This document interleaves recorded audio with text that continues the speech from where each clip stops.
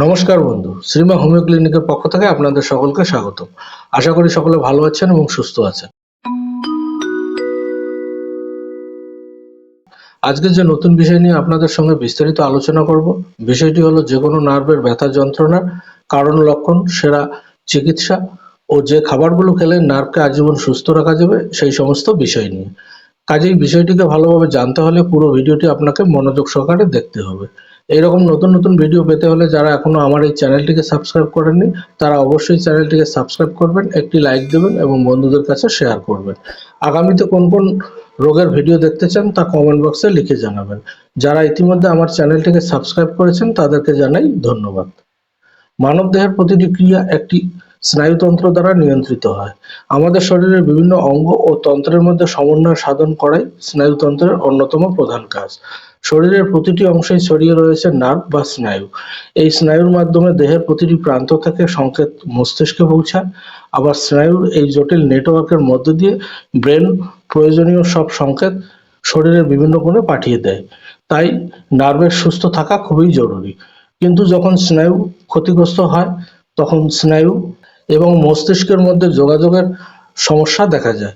কারণ ক্ষতিগ্রস্ত স্নায়ুগুলো মস্তিষ্কের বার্তা প্রেরণ এবং গ্রহণ করতে অক্ষম হয়ে পড়ে। এর ফলে বিভিন্ন লক্ষণ এবং উপসর্গ দেখা দেয়, যেমন অসাড়তা, ঝিমঝিম ভাব, ব্যথা, পেশি দুর্বলতা, ভারসাম্য সংক্রান্ত সমস্যা প্রভৃতি।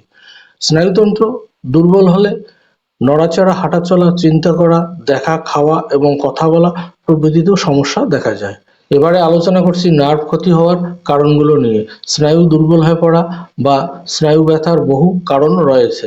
এর মধ্যে অন্যতম হলো ডায়াবেটিস, উচ্চ রক্তচাপ, ক্যান্সার অথবা টিউমার, এইচআইভি, ডিজেনারেটিভ জয়েন্ট অথবা নির্দিষ্ট কিছু সংক্রমণ, হরমোন ইমব্যালেন্স, কিডনি ও লিভারের রোগ প্রভৃতি কারণেও স্নায়ু ক্ষতিগ্রস্ত হয়।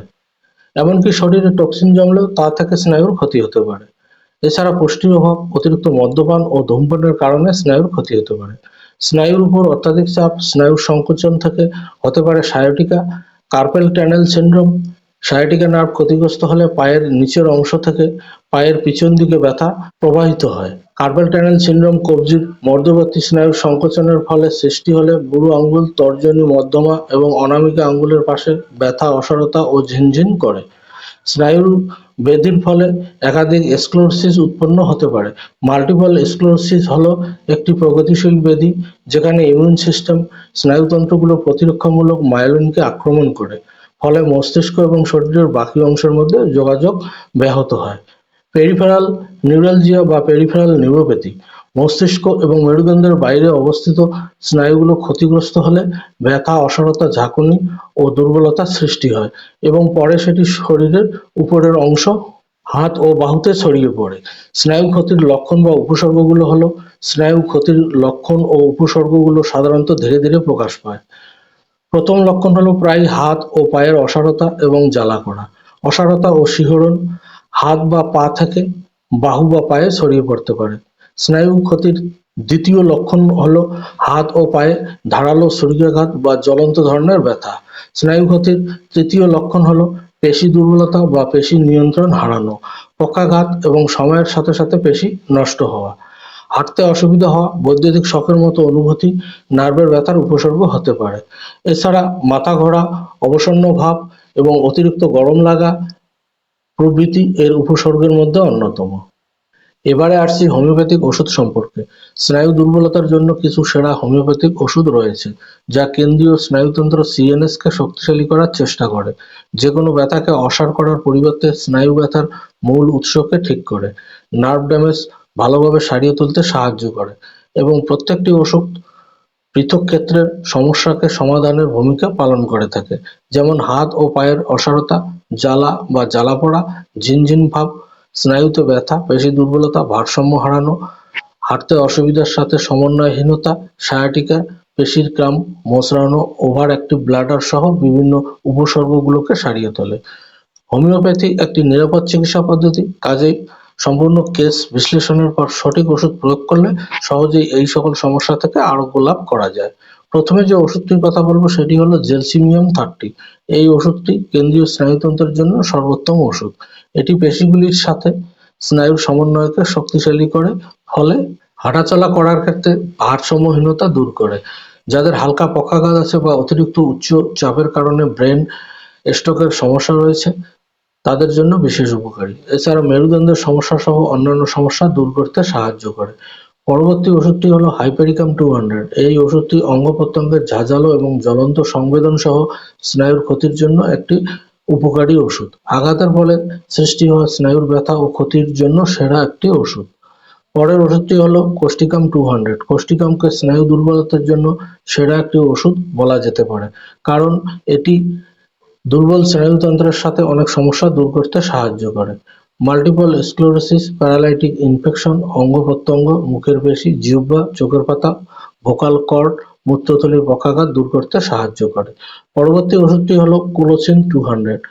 পায়ের নিচে, পিঠ থেকে পিছনের দিকে সায়াটিকা ব্যথা, জ্বালা, নার্ভের ক্ষতি প্রভৃতি দূর করার জন্য কার্যকরী ওষুধ। পরের ওষুধটি হলো ম্যাগনেসিয়াম ফস 200।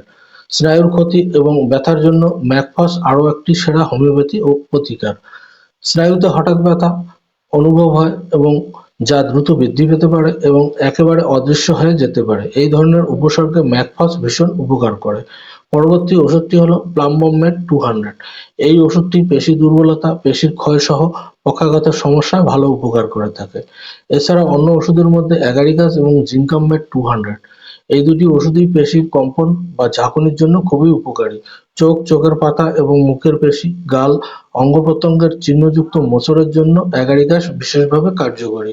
মুখ এবং অঙ্গ-প্রত্যঙ্গ বাঁকানোর ক্ষেত্রে জিঙ্কামেট কার্যকরী। গ্যানাভ্যালিয়াম 30 এবং ক্যালমিয়ালট 200 এই ওষুধ দুটি স্নায়ুর ব্যথা এবং অসাড়তার জন্য ভীষণ উপকারী। এবারে বলছি ওষুধ খাওয়ার নিয়ম সম্পর্কে। এই ওষুধগুলির মধ্য থেকে লক্ষণ অনুযায়ী একটি বা দুটি ওষুধ নির্বাচন করে সেই ওষুধের 30 পোটেনসি হলে 3 ফোঁটা করে 1 চামচ জলের সঙ্গে দিনে 3 বার এবং 200 পোটেনসি হলে 2 ফোঁটা করে 1 চামচ জলের সঙ্গে দিনে 2 বার খাবার 8 ঘন্টা আগে সেবন করতে হবে। এবং সেই সঙ্গে নার্ভের ব্যথা ও ক্ষতির মতো সমস্যাগুলি থেকে রক্ষা পাওয়ার জন্য প্রতিদিনের আহারে যে সকল খাবার রাখা উচিত সেগুলি হলো: প্রতিদিন ফল খাওয়া অত্যন্ত জরুরি। যেকোনো ফলে অ্যান্টিঅক্সিডেন্ট প্রচুর পরিমাণে থাকে, আর এই উপাদান নার্ভকে সুস্থ রাখার কাজে বিশেষ ভূমিকা পালন করে। বিশেষ করে বেরি জাতীয় ফল যেমন রাস্পবেরি, ব্ল্যাকবেরি, ক্যানবেরি, চেরি প্রভৃতি, কারণ এই ধরনের ফলে রয়েছে রেসভেরাট্রল নামক একটি উপাদান যা নার্ভের স্বাস্থ্য ফেরাতে সাহায্য করে। তাজা শাক ও সবজিতে প্রচুর পরিমাণে ভিটামিন, অ্যান্টিঅক্সিডেন্ট ও খনিজ থাকে, যেমন ব্রোকলি, পালং শাক, কেলে শাক। প্রচুর পরিমাণে থাকে আলফা লাইপোইক অ্যাসিড, যা আমাদের নার্ভ ড্যামেজকে রক্ষা করতে সাহায্য করে। তাই নিয়মিত এই ধরনের শাক ও সবজি খেলে নার্ভের ব্যথা, জ্বালা ও যন্ত্রণা কমে গিয়ে নার্ভ সুস্থ থাকবে। ভিটামিন বি নার্ভের স্বাস্থ্য রক্ষার কাজে অত্যন্ত কার্যকরী ভূমিকা নেয়। তাই এবার থেকে নিয়মিত আটা, ঢেঁকি-ঝেঁটা চাল, ওটস, ডালিয়ার মতো হোল গ্রেন খাবার খাওয়ার চেষ্টা করুন। এই খাবারগুলো নিয়মিত খেলে নিউরোপ্যাথিক জ্বালা ও যন্ত্রণার মতো সমস্যা থেকে নিমেষে মুক্তি পেতে পারেন। ময়দা, সাদা, রিফাইন্ড কার্বস এই ধরনের খাবার থেকে এড়িয়ে চলুন। বাদামে প্রচুর পরিমাণে ভিটামিন বি পাওয়া যায়, তাই নিয়মিত বাদাম খেলে নার্ভের জ্বালা যন্ত্রণা থেকে সহজেই মুক্তি পাওয়া যাবে। যারা স্নায়ুর বিভিন্ন সমস্যায় ভুগছেন তারা অবশ্যই প্রতিদিন 1 মুঠো করে বাদাম খাবেন। আলমন্ড, ওয়ালনাট এবং পিস্তা জাতীয় বাদাম খেলে উপকার বেশি পাওয়া যায়। ফ্যাটি অ্যাসিড বা ওমেগা-3 নার্ভকে সুস্থ ও সবল রাখার জন্য খুবই জরুরি। তাই নিয়মিত ওমেগা-3 যুক্ত খাবার যেমন মাছ, আলমন্ড, চিয়া বীজ প্রভৃতি খাওয়া উচিত। কিছুদিন নিয়মিত ওষুধ খাওয়ার সঙ্গে যদি এই খাবারগুলো খাওয়া যায় তাহলে অবশ্যই দেখা যাবে যে ধীরে ধীরে ড্যামেজ নার্ভ সুস্থ হয়ে উঠছে এবং নার্ভের ব্যথা, জ্বালা, যন্ত্রণা সহ বিভিন্ন সমস্যাগুলো দূর হয়ে গিয়েছে। আশা করি ভিডিওটি আপনাদের অনেক কাজে লাগবে। ভালো থাকবেন, সুস্থ থাকবেন। দেখা হবে পরবর্তী ভিডিওতে অন্য কোনো বিষয় নিয়ে। ভিডিওটি দেখার জন্য অনেক ধন্যবাদ।